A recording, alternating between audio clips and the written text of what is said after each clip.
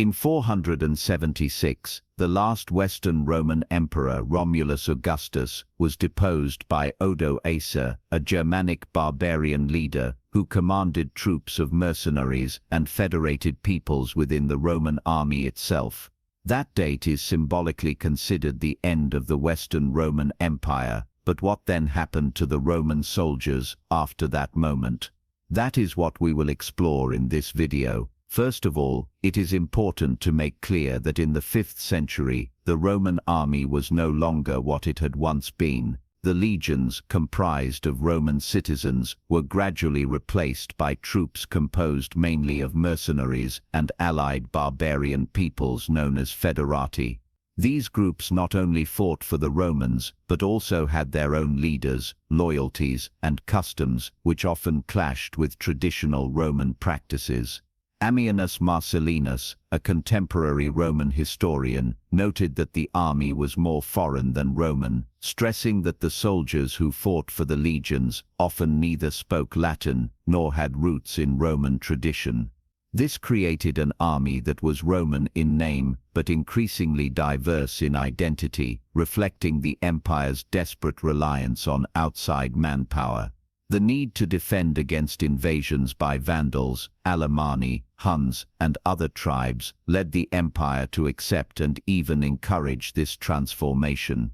In addition, the old legionary organization, which had once been the backbone of Roman military dominance, gave way to more flexible and mobile forces such as the comitatenses units. These troops could be moved quickly across vast territories to address internal rebellions or sudden external threats, yet despite their mobility, they never fully replaced the might and discipline of the traditional legions. On the frontiers, the troops known as limitanae were left in charge of local defense. However, they faced increasingly limited resources, poor equipment, and irregular pay, leaving the border regions vulnerable and dependent on the swift responses of the comitatenses. The growing influence of barbarian chiefs within the army also marked the gradual erosion of traditional Roman authority. Stilicho, a Vandal general who commanded Roman troops for years during the late 4th century, is a clear example of that shift. Although ethnically a barbarian, he rose to a position of immense power, governing in the name of the young emperor Honorius. This shows how the Roman armies had come under the grip of foreign leaders who combined their own traditions with Roman practices, creating a hybrid form of military leadership that would later define the armies of the early medieval kingdoms. When Odoacer deposed the last Western Roman emperor in 476, many Roman soldiers were still active and serving in the army. However, the traditional Roman soldiers, those Roman citizens trained to serve in the legions, simply ceased to exist as an organized and disciplined force after the fall of the Western Empire. Many were formally discharged, while others abandoned military service altogether, as the collapse of imperial structures made it impossible to maintain a professional standing army. Without a strong government to support them with wages, supplies, and land grants, they had to find new ways to survive in an increasingly fragmented world. Some of those soldiers returned to their ancestral lands and resumed lives as farmers, artisans, or small landholders. Without the protection of the state, life in Western Europe became unstable, and many ex-soldiers tried to rebuild their lives far from battle, seeking a quieter existence in the countryside. The widespread insecurity, the growing dominance of local warlords, and the collapse of urban life all contributed to that transformation, as the former Roman world shifted toward a rural, agrarian society. On the other hand, many Roman soldiers were absorbed into the armies of the barbarian peoples who now dominated the former Roman lands. They retained their skills, training, and discipline, but fought under new rulers who valued their expertise. These men helped shape the military traditions of the new kingdoms that emerged on Roman soil.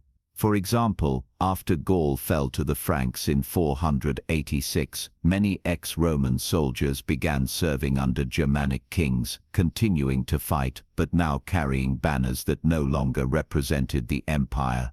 Those soldiers retained their skills and discipline, but now served barbarian kings, helping to lay the foundations for the future medieval armies. Many Roman officers, with their wealth of experience and deep knowledge of administration and military command, were absorbed into the courts of the new rulers. There they acted not only as commanders of troops, but also as trusted advisors and administrators, guiding the barbarian kings in matters of governance, taxation, and the management of territory. This continuity of administration was fundamental for the survival of Roman structures.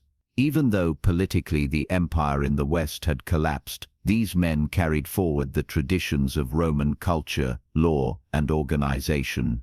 The Roman way of structuring armies, drafting legal codes, and maintaining civic institutions did not vanish overnight, but was reshaped and adapted to fit the world of the Germanic kingdoms that rose from the empire's ruins.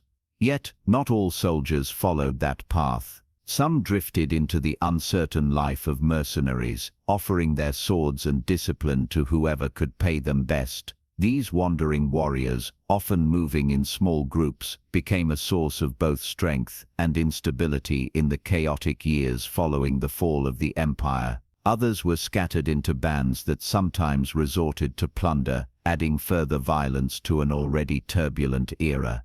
At the same time, the Catholic Church, which was rising in influence and power, saw in these men an opportunity to secure its growing wealth and lands. Many ex-Roman soldiers were recruited by bishops and church leaders to act as guards and protectors of ecclesiastical property. In doing so, they shifted from imperial military service to a more localized defense system, one rooted in the Christian faith and bound to the authority of the church rather than the emperor. In the Eastern Roman Empire, often called the Byzantine Empire, traditional Roman soldiers remained active for a much longer time. There, the structures of the Roman military, while gradually changing, endured far beyond the West. In contrast, in the Western provinces, the presence of Roman soldiers was gradually replaced by barbarian forces and by entirely new military systems that bore little resemblance to the classical Roman legion. Still, incredibly, some Roman legions managed to survive and continue fighting for centuries after the fall of the Western Roman Empire, maintaining an unbroken link to the traditions of the past. One of the most remarkable examples of this survival is Legio Via Macedonica, which had a long and distinguished history. Founded in the 1st century BCE, this legion had participated in some of the most decisive moments of Roman history, from the civil wars that reshaped the Republic to the campaigns against invading barbarian peoples. What is most striking is that historical records indicate that Legio Via Macedonica was still active in the 7th century CE, about 700 years after its original founding and long after the fall of the Western Roman Empire. Archaeological and written evidence suggest that this legion was among the last of the traditional Roman units still in existence before finally disappearing during the great Arab invasions of the Levant and Egypt. Its endurance illustrates the extraordinary longevity of Roman military traditions. Another significant example lies in the troops that served under the Byzantine Empire, which regarded itself not as a separate state but as the legitimate continuation of the Roman Empire. In the East, legions, though gradually reorganized into different structures, were maintained for centuries, tasked with defending the empire's vast frontiers against Persians, Arabs, Slavs, and other enemies. The famous Emperor Justinian I in the 6th century undertook major reforms of the army, investing heavily in reorganization and recruitment. His goal was to preserve Roman military traditions while adapting them to the challenges of his time, including campaigns to reconquer former Western provinces such as Italy and North Africa. Despite the eventual loss of the original Roman identity, the knowledge, experience, and discipline of these soldiers proved fundamental to the armies of the medieval world. Former Roman soldiers and their descendants played key roles in shaping the forces of the new rulers, teaching them how to form disciplined battle lines, how to use weapons efficiently, and how to divide troops into organized units. Beyond battlefield tactics, they also transmitted techniques of siege warfare, the construction and use of fortifications, and defensive strategies essential for protecting cities and territories. Roman traditions of military discipline and codes of conduct left a deep mark on the emerging warrior classes of Europe. The medieval knights who would later dominate the battlefields of Christendom inherited not only the weapons and armor of a new age, but also many of the values, oaths, hierarchies and customs that closely resembled those once upheld by Roman soldiers. So what did you think of this story about the fate of the Roman soldiers? Leave your opinion here in the comments, and if you enjoyed this video, leave a like and subscribe.